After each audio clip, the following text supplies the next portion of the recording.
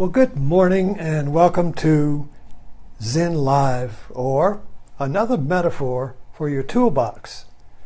And just for those of you who are dropping in, doggone it, I left my, oh, here it is. Okay, never mind. For those of you who are dropping in for the first time, every day I use the Eckhart Tolle quote to kind of like kick the discussion in a particular way, but the talk is spontaneous, so both of us don't know where it's going to go, and I like it that way. And that's what I mean by Zen.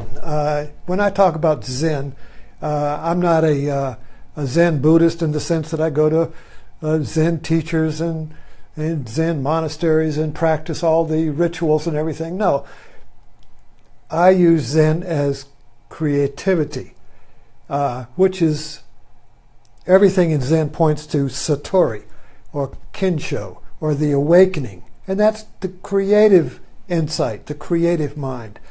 It's called prajna, or the mind that doesn't rest on anything past, that's creative and free and awake and aware. So that's what I mean by Zen. And Tolle is, I've been writing meditations on Tolle quotes for over 10 years. So I use this now to kind of like give us a direction, a controlled spontaneity, so to speak. Now, yesterday, I thought it was a very interesting talk because we were talking about the pain body, and that's a big Tolle idea for buried pain that rises up in situations and consumes us, and then after we've fed it our life force, it goes back down and we feel exhausted. So we left off yesterday. Well, I don't want to get into that. We'll just move on to today's quote, because we'll just pick it up. And that's why if you follow these talks, each one stands alone, but there's a theme to it, an unfolding. It's for me as well as you. This is really a meandering journey of discovery, and that's why I call these metaphors for your toolbox, because when you have a metaphor, you kind of like have an image, and you can use that image, that metaphor, to open up your mind during your everyday life, in everyday situations. If you can't apply these insights to your everyday life, then they're really not any good. It's kind of like getting a new box of tools and you put it in the garage and you never use it. So these talks are really meant to be applied, to be used in your everyday life, to open it up to awareness. It's kind of like a cotton ball, one of my favorite metaphors, because the cotton ball will make cotton, but it's no good when it's in a ball with these seeds in it. So whenever you get into a cotton ball situation, which is suffering, which is a negativity, a negative feeling, emotion, disturbance, and we have all kinds of names for it: anxiety, fear, depression, irritation, envy, greed. We got a big list of names there. All of these are cotton balls that with awareness we can pull apart and make them transparent to the transcendent. Transparent to the transcendent. Joseph Campbell talked about this. You make your everyday pain, your everyday suffering, transparent to the transcendence. Now the question is, what is the transcendence? So let's look at that. Okay? Now Eckhart Tolle, if you read him, and not only him, but any non-dual teaching, there is this sense of presence or the now. Tolle talks about that. He wrote his first book, the power of now. We don't know what now is. You say, well, I'm here now. Ram Dass, his first book that influenced so many people was Be Here Now. And that's really what Tolle is saying, be here now. And that's what Buddha is saying. Now is basically nirvana. In Zen, when the master was asked, what is enlightenment? And he said, everyday mind. Well, see, that's right. That right there is confusing because, I want to get to this enlightenment. It's kind of like, where is it? It's in the future. I want to get to it. And so when I get to it, I feel like I'll be free from the pain of my everyday mind. And the Zen master says, well, enlightenment is everyday mind. So it's now. Well, let's read Tolle's quote and pick this up. Listen to people's stories and you'll find that they could all be entitled, Why I Can't Be Happy Now, or Why I Can't Be at Peace Now. The ego doesn't know that your only opportunity for being at peace is now. So let's pull that apart a little bit. First of all, we all know this. We're always in these situations where you're with people, one person, a group of people, and if you listen to the stories, most of the stories will be about some irritation, someone who's a thorn, some situation that wasn't just, some situation where there was some pain. And so these stories then reenact it, and some people are really good at it. And but basically Tolle is saying they could all be entitled, Why I Cannot Be at Peace Now. So we people will tell stories of the pain, reenact the drama sometimes very vividly. I mean, they'll bring the emotion right up into the room and you begin to feel their pain as they had it back when the situation occurred, and they reenact it right there like a play, like they're method actors. I mean, they bring the pain right there, and then you feel it. You know, you were all at peace having tea or something, and next thing you know, you're all ying, ying, ying, ying, ying. That's what totally the pain body is rising. It's coming up to feed, you see, and then you might have that might awaken a painful memory. Yeah, I did that too, and this happened to me, and yada yada yada. So now you got everybody sharing their pain. You see, their stories of why we can't be at peace now. So then the other thing in this quote, it says, listen. Listen. All right, now let's take a look at because this gets into that idea of enlightenment is everyday mind. Okay, so this is that right. Enlightenment is everyday mind is a Zen cone right there. It's not logical. If enlightenment is peace, and my everyday mind is not at peace because I just got insulted by somebody at Walmart, and I just told everybody about it, and I'm that. Also, just a footnote on that, you'll notice that when people reenact their pain, they feel a little better. They wouldn't reenact it if there wasn't some kind of benefit in it, you see.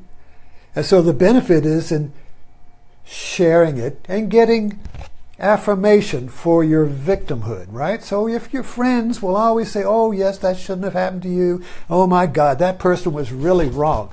And that was really bad. And I really feel so sorry for you and all that. So we reenact the pain so we can be affirmed as the victim of our pain, you see. But we want to look at how this pain was created. That's our subject for today. We need to look at this idea of listening. Now, there's two kinds of listening here. The first kind, we only think there's one kind of listening. But let's take an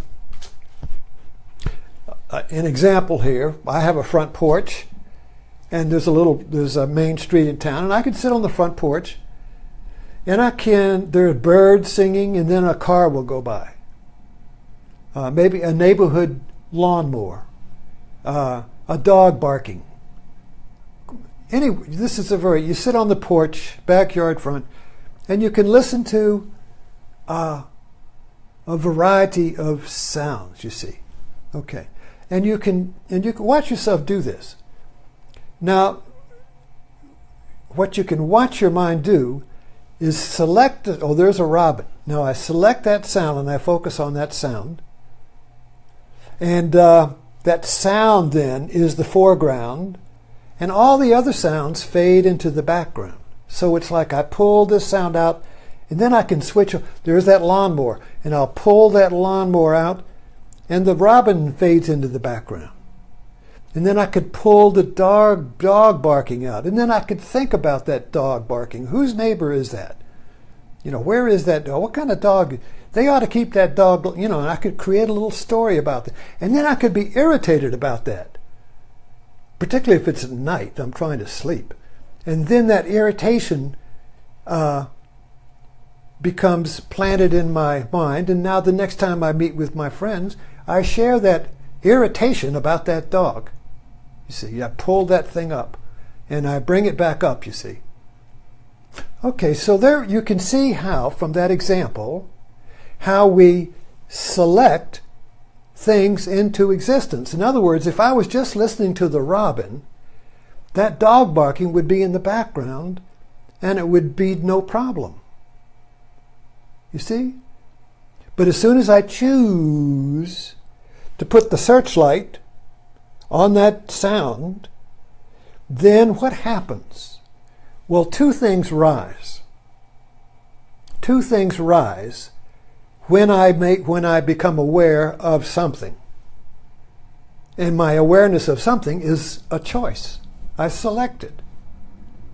For instance, I have tinnitus ringing in the ears. The only time I hear it is when I choose to listen to it, which is right now.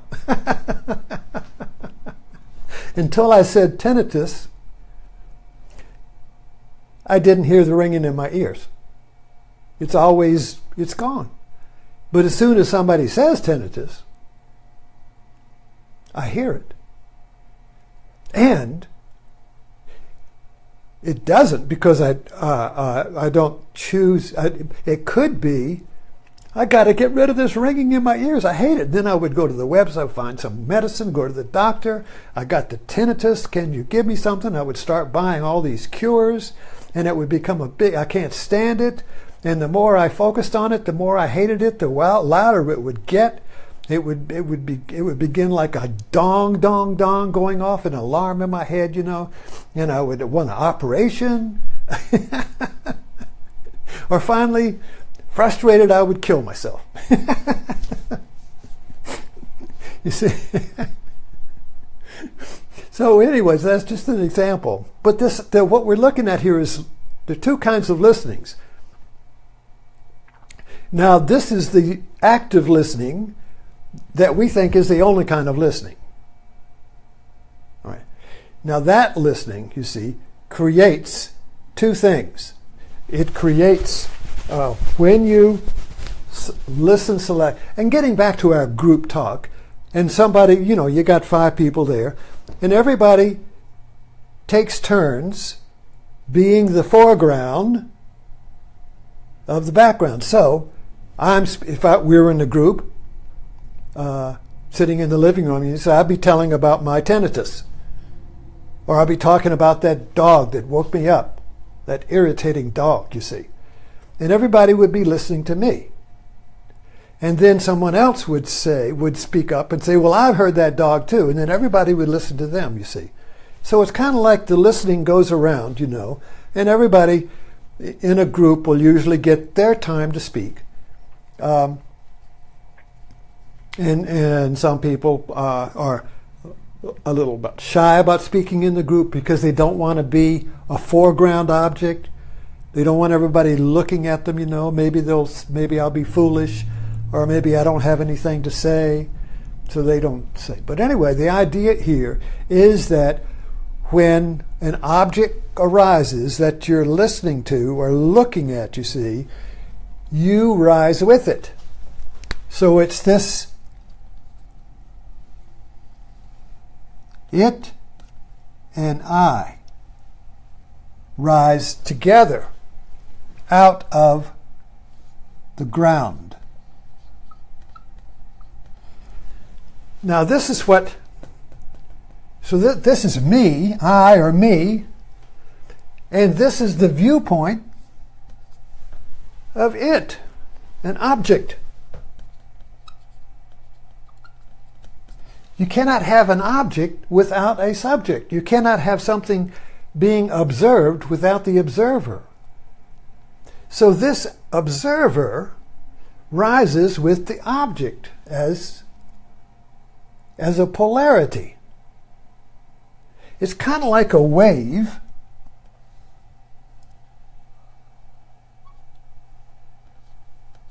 All right, here's a wave in the ocean. This is I, and this is it. So the I, or me, the observer, and the observed rise together like an it. But we believe, we see reality, we experience reality as a separation between me and it. So this is the world here that I observe, the external world of its that I choose to look at. And this I, or me, is separate. And this is the ego. But the ego is a point of view that rises when we view something. Now, is it possible not to view something? Is there another kind of listening? You see, this is not now, because now is one here-ness. But when I select something to look at, the observer, the me, the looker, is not now. I'm outside of now, looking at stuff that's now, you see? So this is now, and I am, me, as the subject, you see, is outside of it. So this is like time. When I become aware of something, I am aware of it in time. Take this thing here, I'm aware of it. I wasn't aware of it until right now. I mean, I was aware of it, but I was not selecting it as an object to talk about. And this is in time. It has a past. I don't know when it was made, but obviously it has a past to it. It's got a whole lot of past to it. It's got the guy who invented it. It's got the factory who manufactured it. It's got the name of it right here. It's got the place where it was sold, Office Depot. It's got its function. It's got its use. And it's got a future. I may lose it. It'll wear out. I'll throw it in the trash. It'll go to the landfill. And it'll slowly decay, or it'll last until somebody's digging in the landfill and they come up with this. Oh, look at that. Look what I found here. So, but the point is that when I look at something and select it, it's in time. And I am in time. When I select something to look at as a me, I've come up just like this, and I have a history, and I have pain, and I have a future, and I have a purpose or no purpose, or a personality and everything. So the whole context of me rises with the context of the object that I'm looking at, and they both rise together. But then now go back to the front porch now. You're just sitting there, and you're just listening to everything at once without selecting anything. It's not easy to do, because the mind is called the monkey mind. It wants to be thinking about something. It's jumping from one thing to another. Oh, there's a robin, but that's robin. Oh, I'm so glad the robins are here. They get the worm. Oh, there's is that a mockingbird? Oh, that truck. I wonder what kind of truck that is. Oh, and that's a motorcycle. Oh, and then that damn dog. There's that dog barking. So the mind is just jumping. Call it puppy mind or monkey mind, you see. And that's where we live, you see. Because it gives us focusing on everything, thinking about everything, either outside or inside now. I mean, because you can bring up a memory and think about that. Or you can look at something and think about that. Or you got a story about something. But we're always looking at and choosing something to be aware of, you see. So that keeps me constantly in existence. But let's look at this, try and look at this awareness of now, or awareness as now.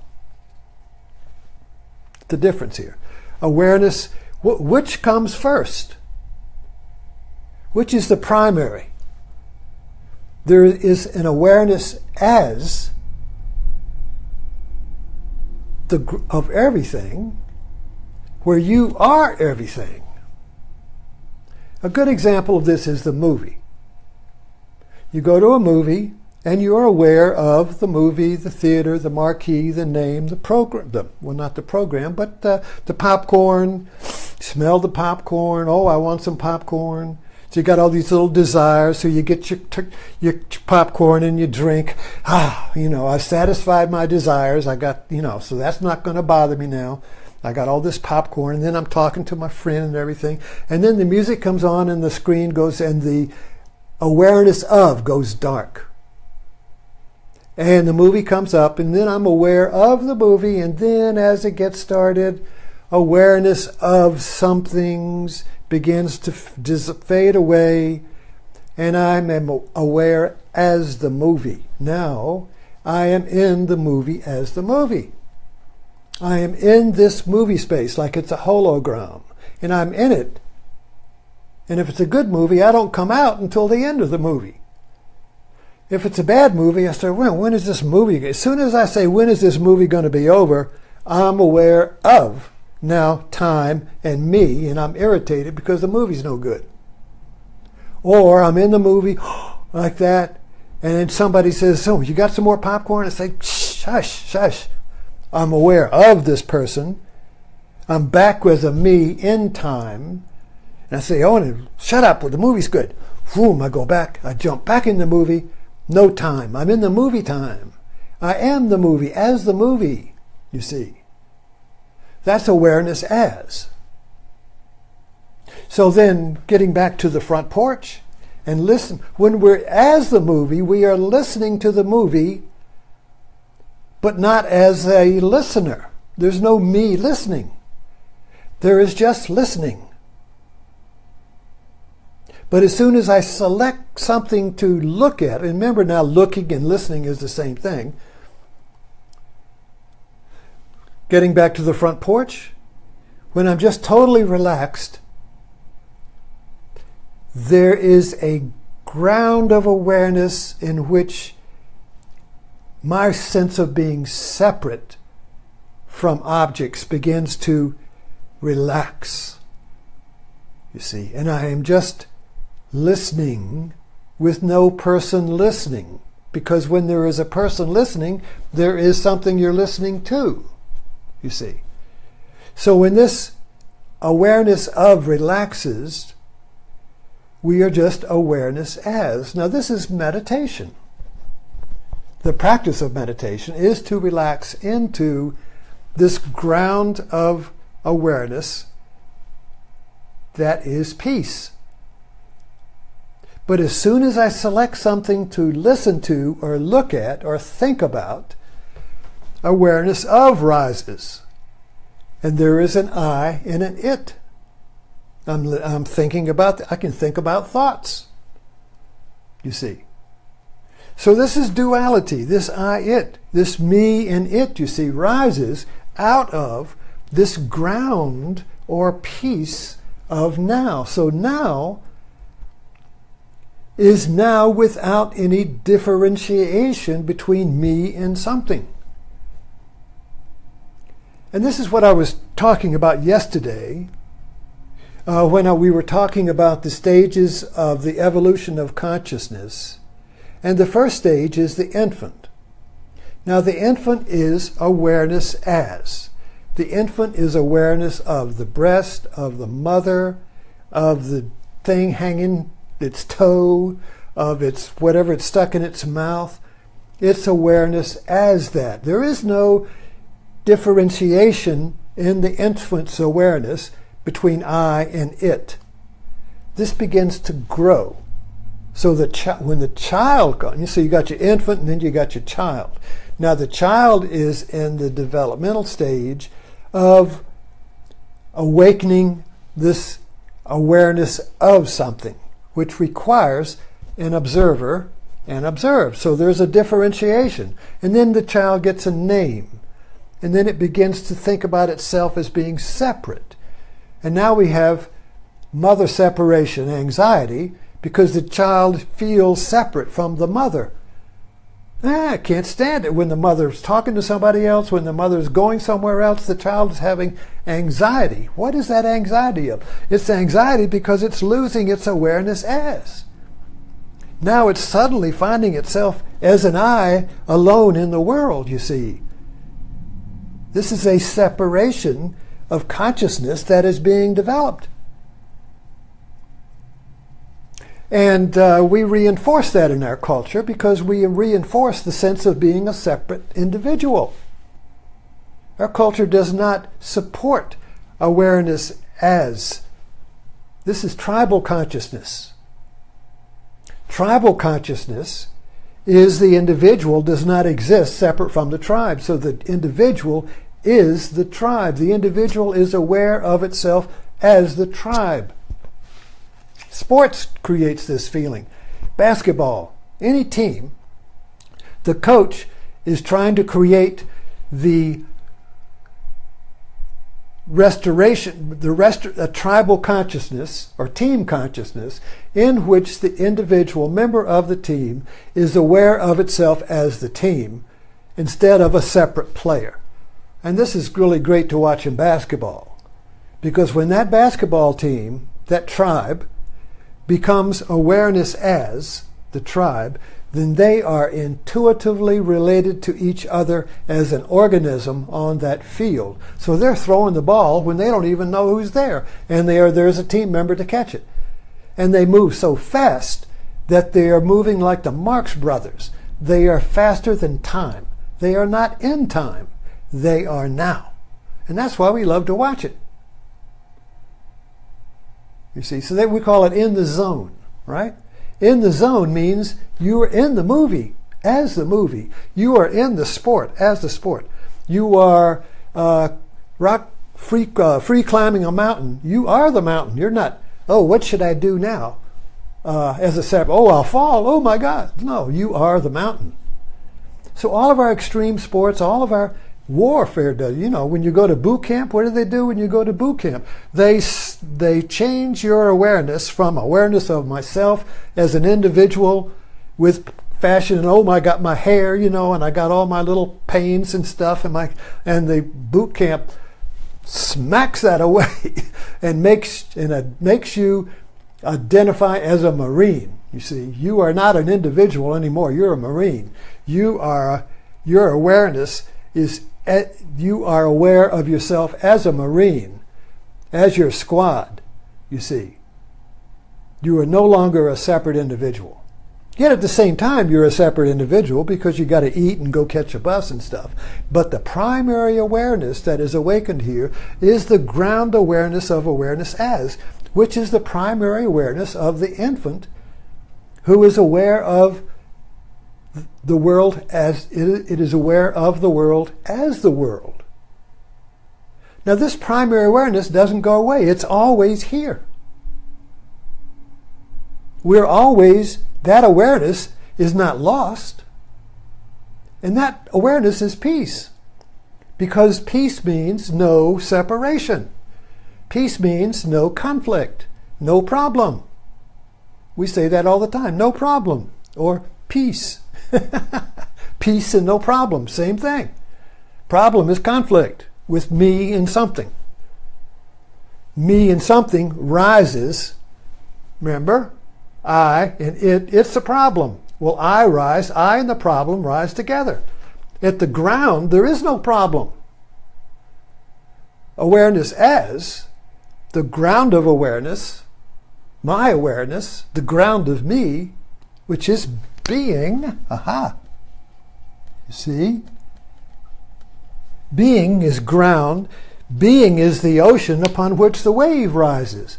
The wave rises as an I and an it. When the wave subsides, there is no wave. It is just the ocean. So what we're looking at here is what makes the wave rise, which creates the conflict between me and the object that I rise together. And the illusion is that I'm separate and the object is attacking me. I listen to the dog and I'm irritated with the dog. The dog is attacking me. The dog is biting me. The dog should not be here. It should be peaceful. It should be the ground of being. But that dog is irritating me, you see. And we're unaware that the I that is irritated by the dog and the dog are the same wave that rises out of the ground of awareness as, you see.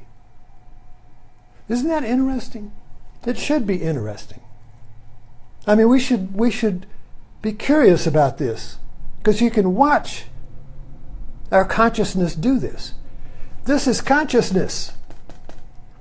When I am aware of something, that's consciousness. I'm conscious of this. But before I did that right now, I was not conscious of it. But I was aware of it. You see? I'm aware of this. Consciously. I'm conscious of this now. I'm it. It, you see. But before I did that, I was not conscious of it. But I was aware of it. You see? I was aware as everything. But then I select things to be aware of out of my awareness of everything. I'm aware of everything in this room. But I'm not conscious of it until I select something to be conscious of. Same thing with you. You're conscious of me. But then suddenly just if somebody comes into your room right now and says, hey, you got anything or this or that, now you're conscious of them and I'm fading into the background. I've gone somewhere. But you're still aware that I'm talking. You're just conscious of something else. So consciousness is kind of like a searchlight. So listening, getting back to our quote, listen to people's stories. So if you listen to people's stories, there's two kinds of listening. The first listening, that we think is the only listening, is that I just hear that person's story as myself. I listen to that story, and then I either affirm it, or I say, well, you're wrong, or, well, they'll wait and we'll either affirm them victimhood, or we'll say, well, you should have done this. We'll criticize them, or we'll say, well, that person really isn't that bad, or we'll make comments on the story, you see. So now there's me making comments on the story and that person and affirming the irritation in their victimhood, or contradicting it and say, you're the problem, or giving them instructions, or trying to save them. Oh my God, can I help you? And but it's all me creating an object, and the more I either affirm it or I disagree with it, but it still affirms me. Now that's the listening of awareness of, you see. So the listening that has no listener, the listening that has no one listening, is just listening to the whole and looking at the whole scene. You're aware of everybody listening to them. You're aware of the whole comments. You're aware of the stimulus and response. You're aware of yourself. You're aware of everything without selecting anything. You're aware of everything without picking up anything. That's being here now. Now, you are now. You're not somebody being here. There is no somebody being here when you are being here now. When you're now, there's nobody there. You're just listening. You're just seeing. You're just aware. But as soon as you select something, you exist. As soon as you pick out something to be like or to be irritated with, you exist. When you pick out something, it's going to give you a pleasant or unpleasant feeling tone. You see. So if I pick out listening to that dog instead of the birds, which don't irritate me, but then the dog irritates me, the birds give me a pleasant feeling. The dog gives me an irritating feeling. But it's all just sound. From awareness as, there is no differentiation. It's not good or bad. This is beyond morality, awareness as.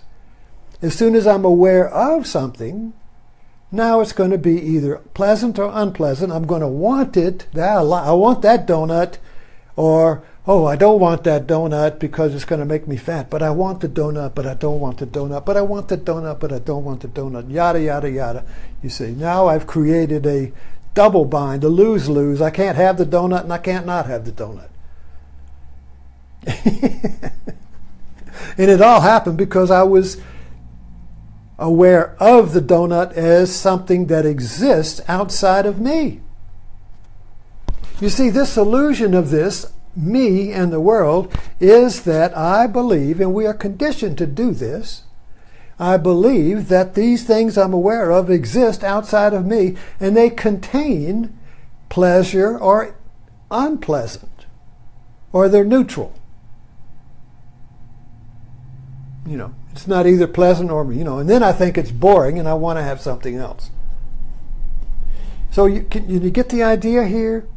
That we create the world we live in, and all the wisdom teachings are basically pointing to awareness as this peace that passes understanding, this peace or ground that is prior to our monkey mind selecting everything to be attracted to or being avoiding, you see.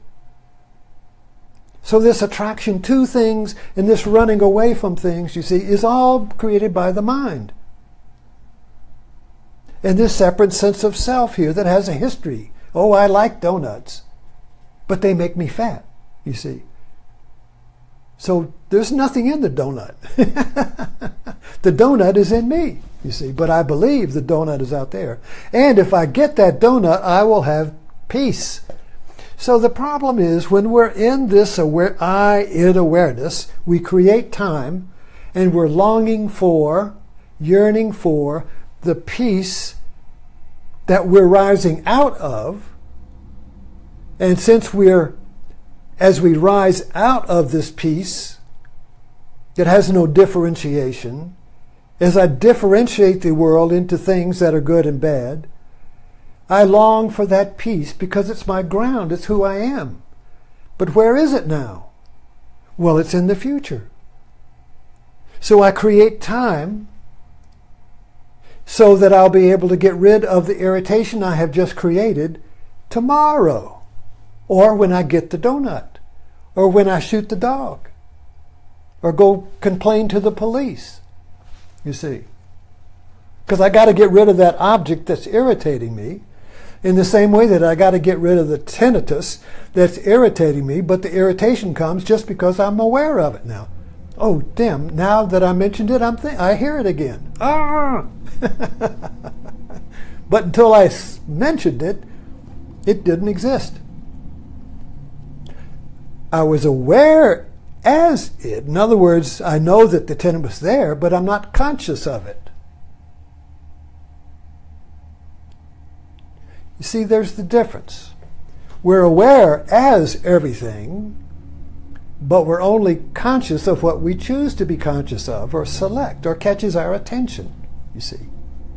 And when we become conscious of something, we project onto it from our own conditioning, our likes and dislikes, the meaning of that object.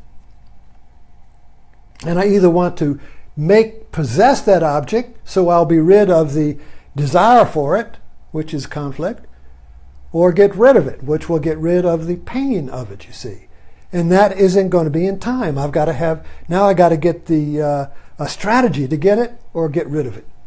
I got to get a strategy or a means to the end of either getting the donut or getting rid of the desire for the donut, or whatever. Self-help now. Now I got to go to therapy to get rid of the desire for donuts. I'm addicted to donuts and I have to go to therapy as a means to the end where I'll be at peace and be free from the addiction to donuts.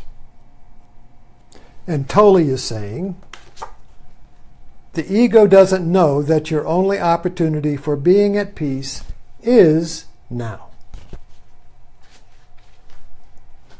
Is now. So when you are now, you have discovered how to relax your addiction to thinking about everything or about selecting everything as either good or bad, and just I don't have to choose any. I can just listen to everything.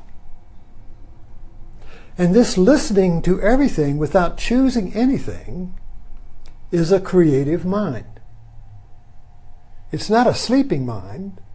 You haven't gone out to lunch. You are here as awareness. And when two contradictory when dissonance arises. Now listen to this. This is if we want to understand how creativity works. Am I getting a little? I think I'm running out of time. Let's stop here. I'm running on. So I hope that this has given you a little better understanding of what Tolle means by now and being here now. So thank you for dropping in, and I'll see you this evening at Martini time.